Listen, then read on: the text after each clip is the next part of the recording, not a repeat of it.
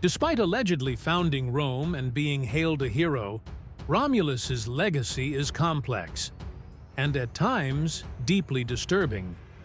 This is no simple tale of a glorious founder. Romulus was supposedly guilty of committing terrible deeds, acts that still make readers recoil. And yet, according to legend, his darkest transgressions often led to astonishingly positive outcomes, at least from the Romans' point of view. Thanks to the results of his efforts, the Romans celebrated their fabled founder, seeing in his story a lesson. Greatness can be born from disgrace, and the path to redemption is never far away. Lineage and birth. According to Rome's foundation myth, Romulus was born in the 700s BCE. His parents? None other than Rhea Silvia, a priestess of Vesta, and Mars, the god of war himself. That pedigree gave Romulus divine blood, but it also cursed him with a fate unlike any other. To some, his divine lineage suggested a life of privilege, virtue, and opulence. But instead, Romulus's destiny was marked by shame, violence, and unforgivable misdeeds. Romulus's maternal grandfather was Numitor, king of Alba Longa, a settlement said to descend from Aeneas of Troy. But Numitor's jealous brother, Amulius, usurped the throne. To secure power, Amulius murdered Numitor's son and forced Rhea Silvia to become a Vestal virgin, sworn to chastity. No rivals, no heirs, that was his plan. But fate had other ideas. Mars himself ravished Rhea Silvia, and she bore twin sons, Romulus and Remus. When Amulius learned of their birth, he condemned the infants to death by drowning.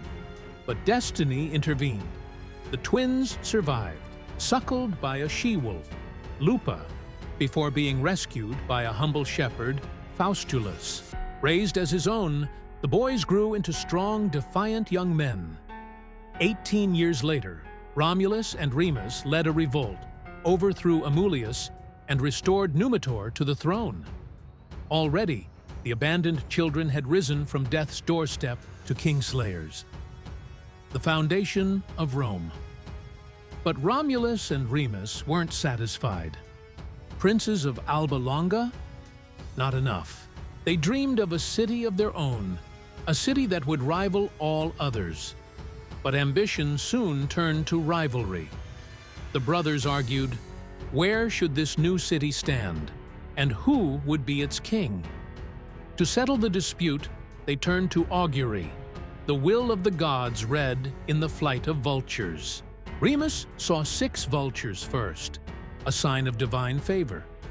But then Romulus claimed he had seen 12. Was it true or a lie? Many believed Romulus had cheated. The tension grew unbearable. At one construction site, Remus mocked his brother's walls and leapt over them in scorn.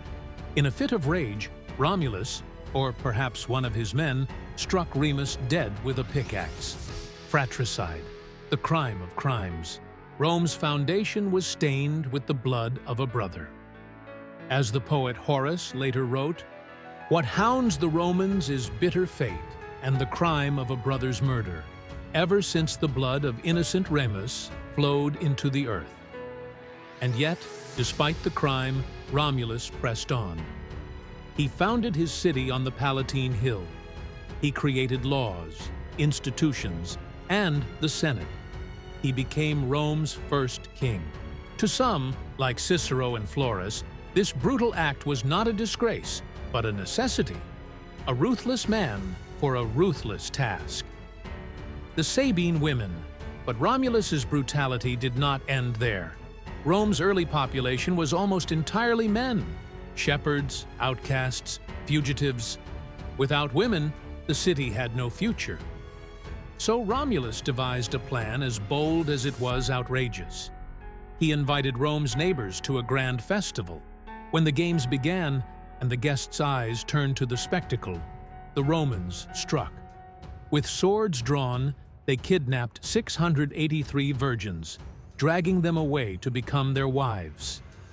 History remembers this as the rape of the Sabine women.